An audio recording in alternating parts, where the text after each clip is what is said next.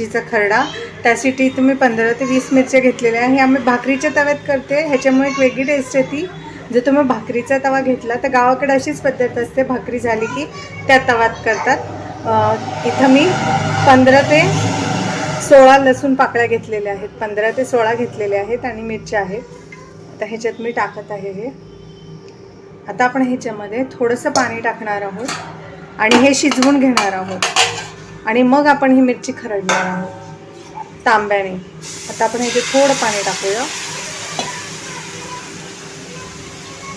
आणि हे शिजवून देऊयात. हे पहा, असं झाकण ठेवून हे मिरची आणि लसूण शिजवून द्यायचं आहे. पाणी आटेपर्यंत शिजवायचं आहे. हे पहा, आपलं पाणी पूर्ण आटलेलं आहे मिरची आणि लसूणमधलं.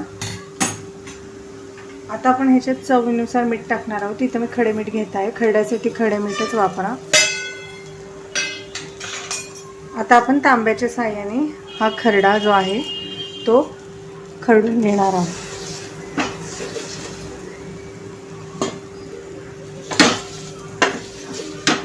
गावाकडे असं तांब्यानेच खरडला जातो हा.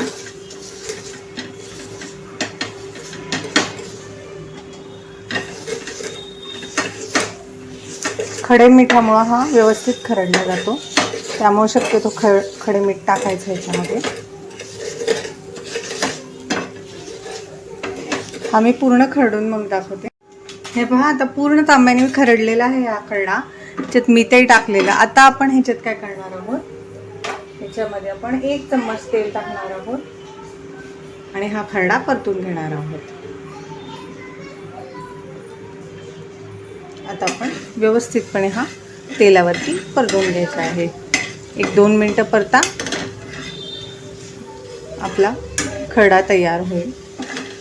1 ते 2 मिनटं परतायचा आहे, कारण आपण हा पहिलाच शिजवून घेतलेला आहे. ह्याच्यामध्ये पाणी टाकून तो परतायचा आहे छानपैकी. हा परतून झाला की आपण ह्याला काढून घेणार आहोत 2 मिनिटांनी.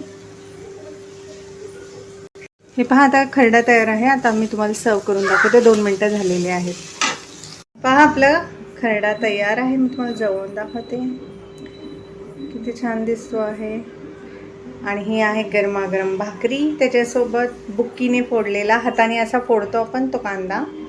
तर मी बनवलेली रेसिपी जर तुम्हाला आवडली तर माझ्या चॅनलला लाईक करा, सबस्क्राईब करा आणि आपला मिरचीचा खरडा नक्की बनवून पहा.